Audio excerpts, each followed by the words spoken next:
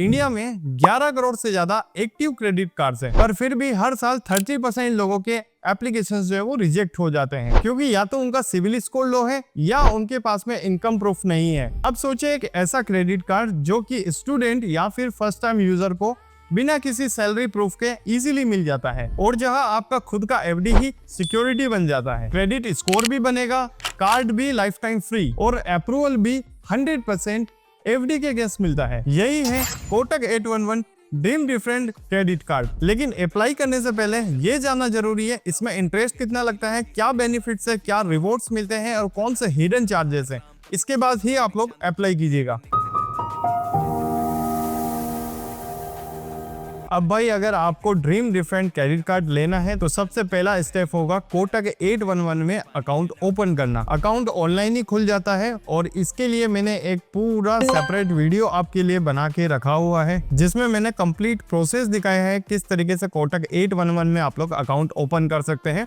उसकी वीडियो का लिंक यहाँ आई बटन पे आप लोग क्लिक करके जाकर देख सकते हैं, क्योंकि बिना अकाउंट के आप लोग इस कार्ड के लिए अप्लाई नहीं कर सकते हैं। तो चलिए समझते हैं इस क्रेडिट कार्ड के रूल्स, एलिजिबिलिटी और एफडी के सिस्टम को सिंपल वर्ड्स में। सबसे पहले समझते हैं एफडी रिक्वायरमेंट और क्रेडिट लिमिट रूल को। तो देखिए भाई, ये एक सिक्योर क्रेडिट कार्ड है जिसमें बैंक आपको फिक्स डिपॉजिट के अगेंस्ट में लिमिट देता है। अब मतलब जितनी एफडी उतनी की आपको लिमिट मिलेगी। मिनिमम एफडी 10,000 से स्टार्ट होती है और आप लोग 20 लाख तक जो है अपनी एफडी जो है वो क्रिएट कर सकते हैं। फिर बात आती है लिमिट की। लिमिट का सीधा सा फंडा है, जितना एफडी है और उसका 90% आपको जो है वो क्रेडिट लिमिट मिलने वाला है। अब एक एग्जांपल से समझते हैं। अगर आपकी एफडी 10,000 रुपीज की है तो उस पर 9,000 रुपीज आपको क्रेडिट लिमिट इजीली मिल जाएगी। या आप लोगों ने 1 लाख रुपए की एफडी किया है तो आपको 90,000 का इजीली क्रेडिट लिमिट जो है वो मिल जाएगा। अब यहाँ पर एक छोटी सी बात है, अगर आपकी एफडी 20,000 से कम है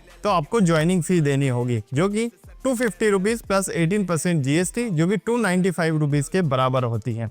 लेकिन एक खुशखबरी ये भी है, 20,000 से अगर आप लोग एबव की एफडी कराते हैं तो इसकी कोई ज्वाइनिंग फी नहीं लगने वाली है, बिल्कुल आपको मुफ्त में मिलने वाला है। और सबसे बड़ी बात, एनुअल फी लाइफ टाइम 0 है। अब आपके मन में सवाल आएगा, भैया एफडी करनी है तो कितने टाइम का करना है और उस पर कितना इंटरेस्ट हमें मिलने वाला है। अगर आप लोग मेरे हिसाब से चलते हैं, यानी 1 ईयर और 26 डेज की, तो आपको 6.6% का इंटरेस्ट रेट जो है वो मिलने वाला है एफडी पे। और ये एफडी ऑटो रिन्यूअल होती है। अगर आपने एफडी तोड़ी तो आपका कार्ड जो है वो तुरंत ब्लॉक हो जाता है। तो सिंपल है, FD safe, card active, FD break तो कार्ड इनएक्टिव। अब एलिजिबिलिटी क्राइटेरिया को समझते हैं, जो कि काफी ज्यादा इजी है। पहली चीज तो आपको इंडियन रेजिडेंट होना चाहिए, 18 से 75 के बीच में आपकी एज लिमिट होनी चाहिए। लेकिन अगर आप लोग एनआरआई हैं तो आपको थोड़ी सी तकलीफ देखनी पड़ेगी और आपको ऑफलाइन प्रोसेस फॉलो करना होगा, यानी आपको बैंक जाना होगा। ये क्रेडिट कार्ड 2 नेटवर्क्स में आपको मिल जाता है, रुपए एंड वीजा। अगर आपको गूगल पे, पेटीएम, फोन पे ये यूज करने हैं तो रुपए कार्ड आपके लिए बेस्ट होने वाला है। लेकिन आप लोग इंटरनेशनल शॉपिंग्स या सब्सक्रिप्शन लेना चाहते हैं तो फिर आपके लिए वीजा कार्ड जो है वो बेस्ट रहेगा। लेकिन भाई एक चीज ये ध्यान रखना, ये आपका कार्ड जो है पूरा एफडी से लिंक्ड है। अगर आपने एफडी तोड़ी या प्री मैच्योर विड्रॉ किया तो आपका क्रेडिट कार्ड जो है वो तुरंत ब्लॉक हो जाएगा। इसलिए एफडी के टेन्योर तक कार्ड का यूज सेफ रखो। अगर आप लोग रुपए कार्ड लेते हो एंड 1 ईयर के अंदर 72,000 रुपीज स्पेंड करते हो तो आपको मिलता है 1,000 रुपीज का अमेजन वाउचर। अगर आप लोग 36,000 ही स्पेंड कर पाए तब भी आपको 250 रुपए का वाउचर जो है वो मिलने वाला है। And again fuel and cash transaction इसमें भी काउंट नहीं होते हैं। एंड अगर आप लोग वीजा वेरिएंट यूज करते हैं और 75,000 स्पेंड करते हैं तो फ्लैट आपको 750 रुपीज का कैशबैक जो है वो मिल जाता है। और ये कैशबैक एनिवर्सरी ईयर के 3 मंथ्स के अंदर आप लोग क्लेम कर सकते हो। एनिवर्सरी ईयर का मतलब बिल्कुल सिंपल है, कार्ड इश्यू डेट से 1 साल तक। अब एक एग्जांपल से समझते हैं। अगर आपका कार्ड 30 जून 2025 को इशू हुआ है तो माइलस्टोन पीरियड चलेगा 1 जुलाई 2025 से 30 जून 2026 तक। अब बात करते हैं फ्यूल एंड रेलवे वेवियर की। फ्यूल पर 1% सरचार्ज वेवियर मिलता है 500 से 4,000 के ट्रांजेक्शन पर, maximum 3,500 per year. And railway booking पर 500 रुपीज एनुअल वेवियर आपको मिलने वाला है। लेकिन एक रियलिटी को और जानना जरूरी है, क्योंकि ये सब बेनिफिट्स आपको तब मिलेंगे जब आप लोग फुल पेमेंट जो है वो करते हैं, यानी अपना पूरा बिल पे करते हैं। अगर आप लोग पार्शियल पेमेंट करते हैं तो जीएसटी और इंटरेस्ट ही आपके रिवॉर्ड से ज्यादा हो जाता है। तो होपफुली आपको रिवॉर्ड्स एंड माइलस्टोन जो है वो क्लियरली समझ आ चुका होगा। चलिए अब स्टेप बाय स्टेप देखते हैं कैसे आप लोग एफडी कार्ड के लिए अप्लाई करेंगे। जैसे ही आप लोग ऐप डाउनलोड करेंगे आपको ये इंटरफेस देखने को मिलेगा। यहाँ पर क्रेडिट कार्ड वाला सेक्शन है, यहाँ पर आपको क्लिक कर देना है। फिर यहाँ पर व्यू डिटेल्स पे आपको क्लिक करना है और स्क्रॉल डाउन करना है। यहाँ पर आपको फीचर्स देखने को मिल रहे हैं और यहाँ पर फीस एंड चार्जेस वाला सेक्शन देखने को मिल रहा है। फीस एंड चार्जेस के लिए मैं हमेशा आपसे बोलूँगा आप लोग वेबसाइट को प्रेफर कीजिए, क्योंकि ऐप में जो है वो काफ़ी लेट अपडेट होता है। ठीक है, ये बात ध्यान रखना है, क्योंकि यहाँ पर अभी 3.50% दिखा रहा है और ऐप और जो वेबसाइट है वहाँ पर 3.75% है इनके जो PDF डॉक्यूमेंट है उसमें। तो प्लीज़ आप लोग क्रॉस चेक जरूर चेक कर लीजिएगा, क्योंकि मैंने तो चेक किया है 3.75 से 1 जून से जो है रेट्स चेंज हुई है। अब यहाँ पर इन्होंने अभी तक अपडेट नहीं किया। ठीक है, और टॉप डील्स का भी कोई कंफर्म नहीं रहता है इनका। अभी जैसे सितंबर तक तो ये स्टार्ट थी, अभी स्टार्ट है या नहीं, अभी आपको मिलेगा या नहीं, इसके ऊपर कोई क्लैरिफिकेशन नहीं है। अगर कोई जैसे ही क्लैरिफिकेशन मिलेगा तो मेरा पिंड कमेंट आप लोग जरूर चेक कीजिएगा। अभी के लिए मैं मान के चल रहा हूँ ये सितंबर तक ही थे और अक्टूबर में ये सब्सक्रिप्शंस वगैरह जो है आपको नहीं मिल रहे हैं। ठीक है, मैं यहाँ पर गेट कार्ड पे क्लिक कर लेता हूँ, लेकिन उससे पहले आप लोग सारे ये बेनिफिट्स है ये भी चेक कर लीजिएगा। वैसे मैं आपको काफ़ी चीज़ें जो है वो एक्सप्लेन कर चुका हूँ। गेट कार्ड पे यहाँ पर मैं क्लिक कर देता हूँ एंड प्रोसीड के बटन पे यहाँ पे क्लिक कर देता हूँ। क्रिएट ए न्यू एफडी पर मैं क्लिक करता हूँ। अगर आप लोग यहाँ पर 10,000 की एफडी करते हैं तो यहाँ पर आपको 9,000 की लिमिट मिलती है, लेकिन इसमें आपको ज्वाइनिंग फीस जो है वो लग जाएगी 250 रुपीज़ प्लस जीएसटी। तो मैं कहूँगा आप लोग इसको 20,000 के करीब रखिए, ताकि आपको क्या होगा, आपका जो ज्वाइनिंग फीस वगैरह जो है वो नहीं लगेगा। 20,000 रखिएगा कम से कम। ठीक है, तो आपका ज्वाइनिंग फीस नहीं लगने वाला है। मैं इसको प्रोसीड पे क्लिक कर देता हूँ। अब आपको कौन सा नेटवर्क वाला कार्ड चाहिए, रुपए या वीज़ा? रुपए अगर गूगल पे, फ़ोन पे, जीपे अगर ये यूज़ करना है केवल, तो आप लोग रुपए यूज़ कर लीजिए। लेकिन आप लोग इंटरनेशनल शॉपिंग्स या इंटरनेशनल वेबसाइट पे विजिट ज़्यादा करते हैं तो आप लोग वीज़ा कार्ड को भी यूज़ कर सकते हैं। ठीक है, मैं रुपए कार्ड पे क्लिक कर रहा हूँ। अब किस एड्रेस पे ये कार्ड मिलना चाहिए, तो मैं चाहता हूँ कि मेरा जो एड्रेस इस ऐप में सेव है वही कार्ड पर मिलना चाहिए। आप लोग यहाँ से अगर आपका एड्रेस कोई चेंज करना चाहते हैं, कहीं दूसरा मकान है या कहीं दूसरा एड्रेस है, तो यहाँ से आप लोग चेंज भी कर सकते हैं। ठीक है, मैं यहाँ पे प्रोसीड वाले बटन पे यहाँ से क्लिक कर देता हूँ। अब फाइनल लुक आपको देखने को मिल रहा है। 26,000 का एफडी अमाउंट है। क्रेडिट लिमिट मेरे को 23400 मिल रहा है और मेरे को इतना जो है वो अर्न होने वाला है इंटरेस्ट रेट, जो कि है 3,479। आप लोगों को मैंने आपको बेस्ट स्पॉट बता ही दिया है, या फिर आपको आगे वीडियो में देखने को मिलेगा। मैं यहाँ से कस्टम टेन्योर सेट करता हूँ, तो मैंने कस्टम टेन्योर यहाँ से सेट किया है 1 ईयर और 26 डे का, जहाँ पर 6.6% का मुझे पर एनएम का इंटरेस्ट रेट मिलेगा और ये मैक्सिमम मेरे को मिल रहा है। ठीक है, अब यहाँ पर आपको स्क्रॉल करना है, नॉमिनी आपका ऐड कर लेना है। मैं यहाँ से सेलेक्ट कर लेता हूँ नॉमिनी और इसको कंफर्म जो है यहाँ से कर लेता हूँ। अभी नहीं ऐड हो रहा है, आपके केस में ये ऐड हो जाएगा तो आपको कोई इशू नहीं होने वाला है। यहाँ पर आप लोग जैसे ही नीचे जाएंगे, यहाँ पर आपको टर्म्स एंड कंडीशन दिखेगी। एग्री टू ऑल पे आपको क्लिक कर देना है और प्रोसीड वाले बटन पे क्लिक कर देना है। अब ये बोल रहा है कि ऐड 25,943, तो इतना अमाउंट आपको जो है वो ऐड करना है। अब मेरे केस में मैं बड़ी एफडी कर रहा हूँ, अगर आप लोग छोटी करना चाहें तो छोटी कर सकते हैं। ठीक है, यहाँ पर आपको ये 25,943 अमाउंट ऐड करने को बोलेगा। अभी ऐड मनी पे क्लिक करेंगे और आपका ऐड हो जाएगा और with in 5 to 7 working days में आपके घर पे कार्ड जो है वो डिलीवर कर दिया जाएगा। अब देखते हैं फीस एंड हिडन चार्जेस। अब भाई रिवॉर्ड्स मिल गए, ये तो सही है, लेकिन सबसे जरूरी पार्ट आता है चार्जेस, क्योंकि असली गेम तो वही होता है। अब बैंक बोलता है लाइफ टाइम फ्री, पर छोटी छोटी फीस में ही पैसा निकालता है। तो चलिए देखते हैं ड्रीम डिफरेंट क्रेडिट कार्ड में कहाँ फ्री है, कहाँ हिडन चार्जेस लगते हैं और जीएसटी का इम्पैक्ट कितना होता है। सबसे पहले ज्वाइनिंग एंड एनुअल फी पे देखते हैं। अगर आपकी एफडी 20,000 से कम है तो उस पर 250 रुपीज प्लस 18% जीएसटी लगेगी, जो कि 295 रुपीज होती है। लेकिन अगर आप लोग एफडी 20,000 से ज्यादा करते हैं तो आपसे कोई भी चार्जेस नहीं लिया जाएगा। And annual fee life time 0 है, इसका मतलब कोई रिन्यूअल चार्जेस नहीं लगने वाले हैं। अब आप लोग अगर रेंट पेमेंट करते हैं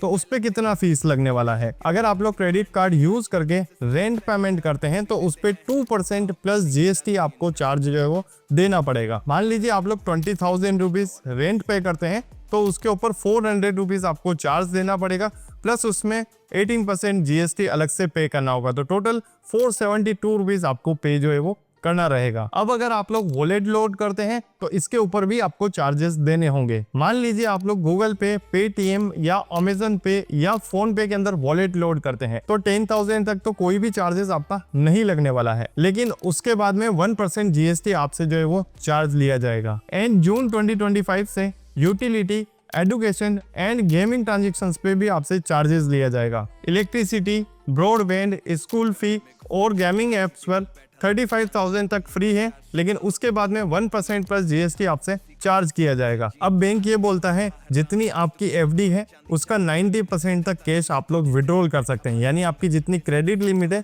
उतना आप लोग विड्रॉल कर सकते हैं, लेकिन उसके ऊपर आपको चार्जेस देना होगा। अगर आप लोग क्रेडिट कार्ड से कैश विड्रॉल करते हैं तो उस पर आपको 100 रुपीज प्लस 18% जीएसटी जो है वो चार्ज होने वाली है पर विड्रॉल के ऊपर, यानी 118 रुपीज आपसे चार्ज किया जाएगा। फॉरेन एक्सचेंज पर 3.5 प्लस जीएसटी मार्कअप लगता है। वहीं रेलवे बुकिंग में आईआरसीटीसी साइट पर 1.8% और काउंटर बुकिंग पर 2.5 सरचार्ज है, पर आपको 500 रुपीज तक का एनुअल वेवियर भी मिल जाता है। फ्यूल पर 1% सरचार्ज वेवियर मिलता है 500 से 4,000 रुपीज के ट्रांजेक्शन पर, और ये मैक्सिमम 3,500 रुपीज तक ईयरली होता है। अब late payment and check bounces के भी चार्जेस इसमें लगते हैं। अगर आपकी ड्यू डेट जो है वो मिस हो गई तो उस पे 500 rupees plus 18% GST late fee लगने वाला है। एंड आपको ये नहीं भूलना है कि जीएसटी का इम्पैक्ट सभी पर आपको देखने को मिलेगा। 18% जीएसटी आपको सभी जगह जो है वो पे करनी पड़ेगी, तो इसको आपको भूलना नहीं है। अब इंटरेस्ट कैलकुलेशन की बात करते हैं, जो कि डेली बेसिस पर कैलकुलेट होता है और जिसका फॉर्मूला ये रहेगा। अब जितने दिन तक आपका पैसा पेंडिंग रहेगा उतने दिन तक जो है वो इंटरेस्ट बढ़ता जाएगा। अब आपने ये थियोरेटिकली तो सब समझ रहे हैं, अब हम लोग एक रियल एग्जांपल से जो है वो समझते हैं। अब आपने मान लीजिए 10th मई को 10,000 रुपीज की जो है वो शॉपिंग की है और 16th मई को आपने एटीएम से कैश विड्रॉल निकाला है 2,000 रुपीज का। एंड बैंक ने आपका स्टेटमेंट जनरेट किया है 25 मई को, उसमें जो बिल आया है 12,147 का, एंड उसमें जो ड्यू डेट है वो 12 जून की है। अब मान लीजिए आपने मिनिमम ड्यू ही पे किया जो कि 267 रुपीज ही बनता है, तो फिर आपकी इंटरेस्ट टेबल कुछ इस तरीके से दिखने वाली है। तो देखा भाई, सिर्फ एक बिलिंग साइकिल लेट होने पर 771 एक्स्ट्रा लग गए, इसमें 654 इंटरेस्ट और 118 जीएसटी शामिल है। अब यार आप सोचोगे सिर्फ एक बिल लेट हुआ और 700 से 800 एक्स्ट्रा लग गए। हाँ भाई, क्योंकि आपने पूरा बिल पेमेंट नहीं किया, सिर्फ आपने मिनिमम अमाउंट ड्यू जो है वो पे किया है। अब ये मिनिमम अमाउंट ड्यू क्या होता है इसको थोड़ा डिटेल में समझते हैं। अब कोटक के हिसाब से मिनिमम अमाउंट ड्यू यानी एमएडी जो रहता है वो 1% of retail plus 100% of fees and interest and GST के जो है वो बराबर होता है। मतलब 12,000 पे जो 267 रुपीज आपका मिनिमम ड्यू आया है उसमें 147 रुपए तो आपका फीस और जीएसटी एंड इंटरेस्ट हो गया और 120 रुपीज जो है वो आपका प्रिंसिपल अमाउंट में गया है। इसलिए अगले महीने फिर से इंटरेस्ट लग गया क्योंकि आपने पूरा पेमेंट जो है वो क्लियर नहीं किया था, आपने सिर्फ मिनिमम ड्यू जो है वो पे किया था, इसलिए अगले महीने फिर से इंटरेस्ट लग गया क्योंकि असली पैसा तो अभी भी पेंडिंग था। अब आपको एमएडी जो है वो क्लियरली समझ आ चुका होगा। अब नेक्स्ट मंथ जो बिल जनरेट होगा वो कुछ इस तरीके से होने वाला है, जिसमें प्रीवियस बिल के 12,147 रुपीज है। अब आपने मिनिमम अमाउंट ड्यू पे किया था 267 plus interest and GST 771 rupees उसका हो गया, तो टोटल ड्यू आपका फिर जनरेट होगा 12,651 रुपीज का। अब जो न्यू एमएडी जो रहेगा यानी न्यू एमएडी आपका बनेगा 890 रुपीज का। अब अगले बिल में 12,651 ड्यू दिखाया गया और मिनिमम अमाउंट ड्यू 890 तक बढ़ गया है, यानी जितना कम आप पे करते हो अगला बिल उतना ही बड़ा बनता जाता है और यहीं से स्टार्ट होता है कंपाउंडिंग इंटरेस्ट का ट्रैप। अब कंपाउंडिंग इंटरेस्ट के लिए कोटक ने क्लियरली एक एग्जांपल दिया है। अगर आप लोग 1,000 रुपीज का आपका बिल होता है और आप लोग केवल मिनिमम अमाउंट ही जो है वो पे करते हैं तो आपको इसको क्लियर करने के लिए 12 से 14 मंथ तक लग जाते हैं क्योंकि कंपाउंडिंग इंटरेस्ट जो है वो इतना ज्यादा आपके लिए बढ़ जाता है। अब एक इम्पोर्टेंट टर्म और समझते हैं, पेमेंट एडजस्टमेंट ऑर्डर क्या रहता है बैंक का। बैंक आपका पेमेंट पहले जीएसटी और फीस में लगाता है, फिर इंटरेस्ट, ईएमआई, कैश और लास्ट में परचेस क्लियर करता है। मतलब पार्शियल पेमेंट करने से आपका असली बैलेंस सबसे बाद रिड्यूस होता है। और अगर आपने ड्यू डेट भी क्रॉस कर दी जो कि 12 जून का था, उसको भी आपने जैसे ही क्रॉस किया उसके बाद में आप लोग पेमेंट करते हैं तो फिर आपसे लेट पेमेंट फी भी लिया जाएगा, जो कि 500 रुपीज़ मिनिमम, प्लस उसके साथ में जीएसटी भी आपको जो है पे करना पड़ेगा, यानी 590 रुपीज़। वो अगर आप लोग बिल पेमेंट जो है वो बैंक जाकर कर रहे हैं तो उसमें 100 रुपीज़ प्लस 18% जीएसटी भी आपको देना पड़ेगा, तो 118 रुपये वो और आपसे एक्स्ट्रा लग सकते हैं अगर आप लोग बैंक जाके पेमेंट करते हैं। तो उम्मीद है आपको ये सारा कंसेप्ट जो है वो क्लियर हो चुका होगा। अब समझते हैं, कोई अगर आपका क्वेरी हुआ या कोई पेमेंट में इशू आया या बैंक ने किसी तरीके से कोई चार्जेस कट कर लिया ज़्यादा, तो आप लोग कंप्लेंट कैसे करेंगे कोटक में, तो उसकी प्रोसेस हम लोग यहाँ पर कंप्लीट देखते हैं। अब बात करते हैं कोटक के credit card support and escalation flow की। सबसे पहला काम जो सभी लोग करते हैं, कस्टमर केयर से कांटेक्ट करना है। कांटेक्ट के लिए आप लोग इन्हें कॉल भी कर सकते हैं और ईमेल भी कर सकते हैं।